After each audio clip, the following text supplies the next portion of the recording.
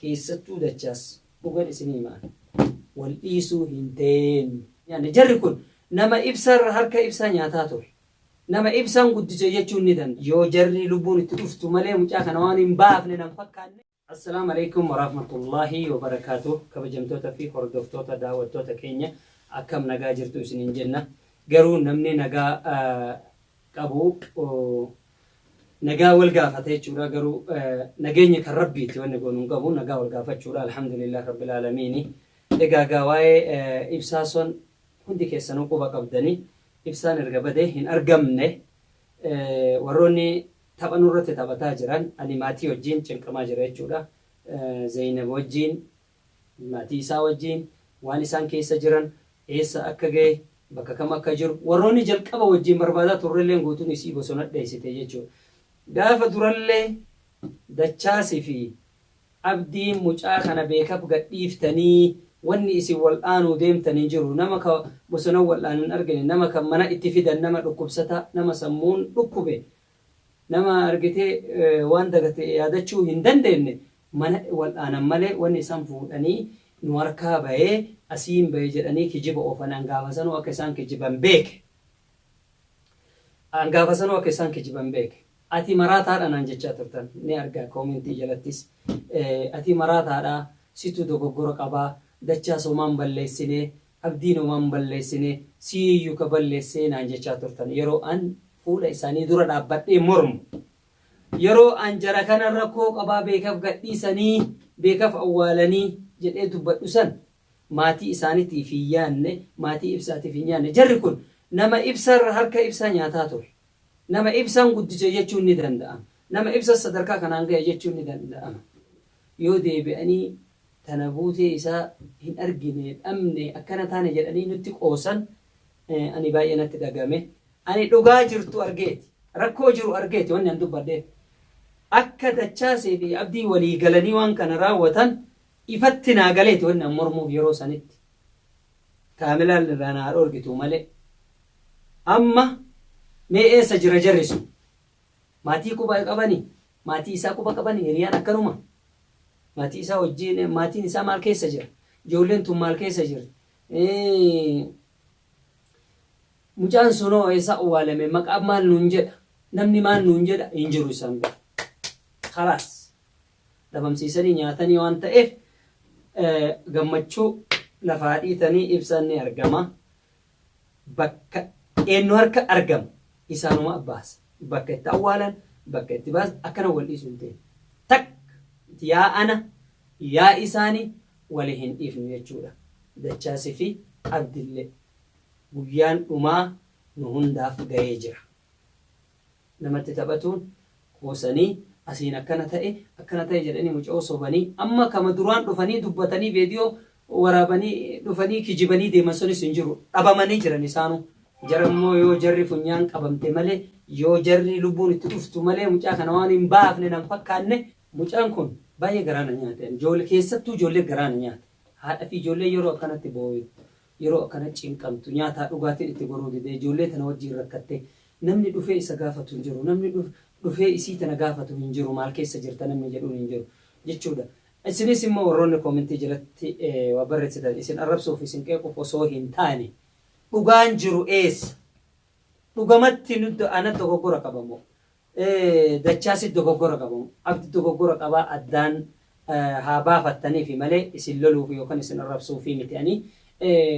Jarri kun mucaa kana dhugamatti dhibbatti waliigalteedhaan gadhiisee yaada jedhuun qabaan sammuu kiyya keessatti illee dhuga akkasumaan mirkaneessan immoo odoo dhufanii maatii isaa ilaalanii odoo dhufanii mucaa matanaa jajjabeessanii odoo ijoollee tana jajjabeessanii sitti hin fakkaatu.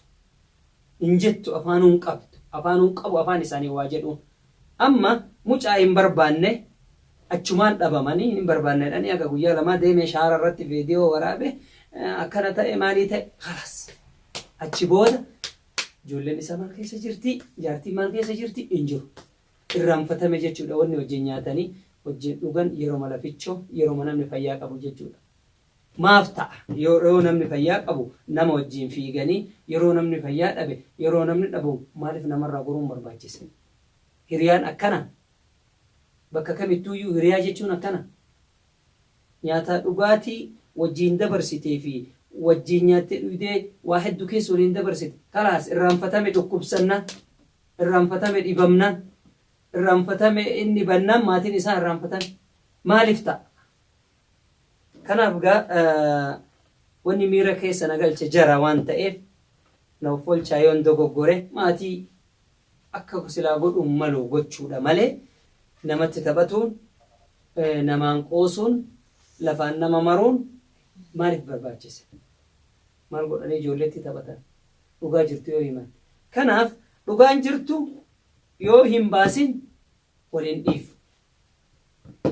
Keessattuu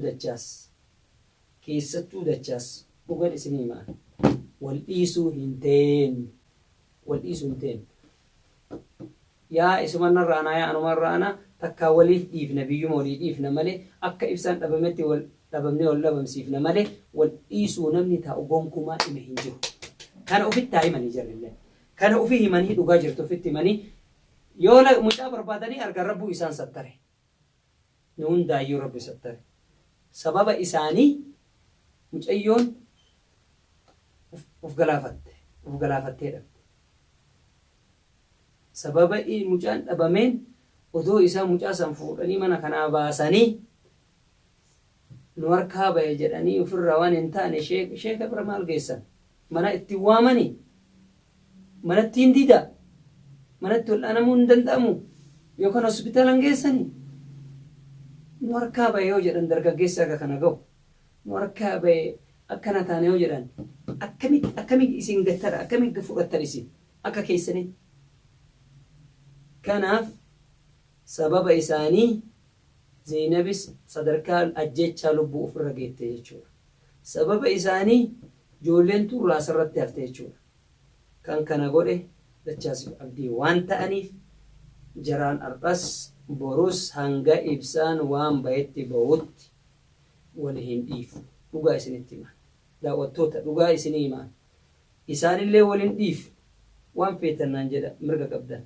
Garuu bakka dhugaan jirtu eenyu dogoggora qabaa jalqaba addaan baafadhaa isinu. Eenyu dogoggora akka qabu. Ana dharaan itti deeme immoo isaanumatu badii kana hojjete. Kijiba amma isaan viidiyoo irraa oofan kana dhugaan seenaa. Mee har'a eessa jirarre? Gaafsan isin afuufanii mi har'a eessa jiran? Mee natti hima. Eessa jiran sadarkaa mucaa har'a of ajjechaa geettu kana? Eessa jiran? Homuun jiran. Zeero. Isaan dhabaman hiriyoonni isaa kunoo eessa jirame? Hin jiran. Namuu hiriyaa kijibaati. Hiriyaa kijibaa ta'uu arginee jira. Namuu yeroo fayyaa qabu wal jaalata. Yeroo quufaa yeroo mallaqa qabu wal jaalachuun maaf ta'e.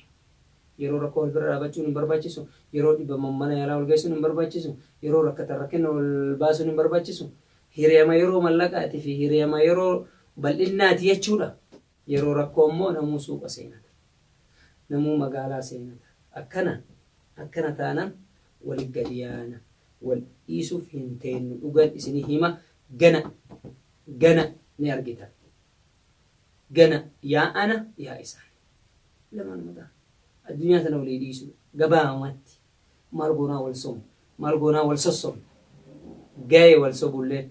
Gahee wal kijibullee. Gahee olola walirra oofullee. Taankaar fi qofa walirra fudhachuu. Dhugaan jirtu kan. Dhugaa jirtu walitti himu. Dhugaa dubbatanii dheefaa farda yaabbatan jechuudha. Yoo silaa akkuma jenne mucaa fidan alhamdulillah. San ta'uu baannaan dhugaa jirtu walitti himne taankaar fi addunyaa tana walii dhiisu. Nuun jiru. Wanni wal somni tokko hin jiru jechuudha. Nagarraadhaaf jiraadha walitti deebiin.